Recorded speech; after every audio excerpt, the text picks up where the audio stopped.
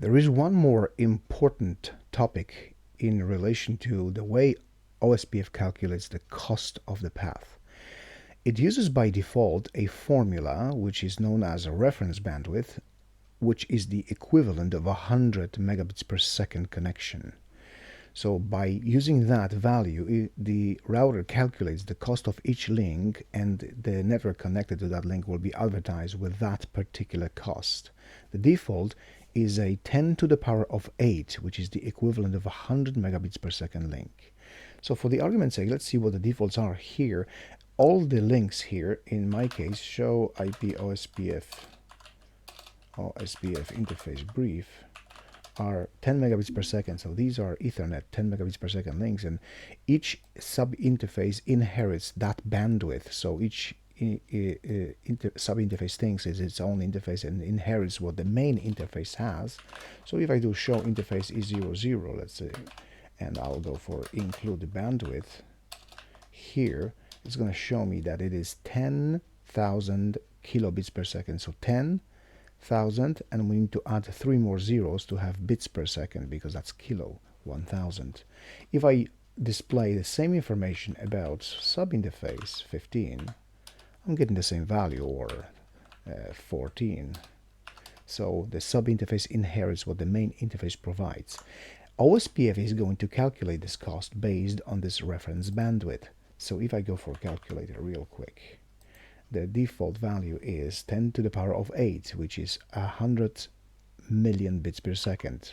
100, 1, 2, 3, 1, 2, 3, which is 100 million bits per second, or 100 megabits per second. So now, if I calculate this, divide this by the bandwidth of the interface, the bandwidth here is 10, 1, 2, 3, and 1, 2, 3. That's kilobits per second. So 10,000 kilobits per second. The cost is 10.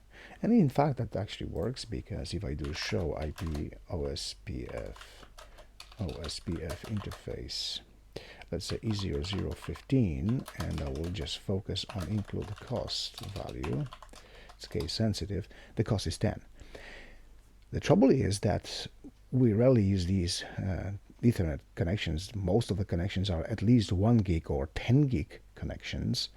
So they're, by default, OSPF does not differentiate between, let's say, 10 gig connection and 1 gig connection. Both will use autocost reference bandwidth, which is the equivalent of 10 to the power of 8, and since fractions are not allowed, the division will always yield 1. So there's no difference between, let's say, 1 gig and 10 gig or 100 gig connections. They will always be cost of 1.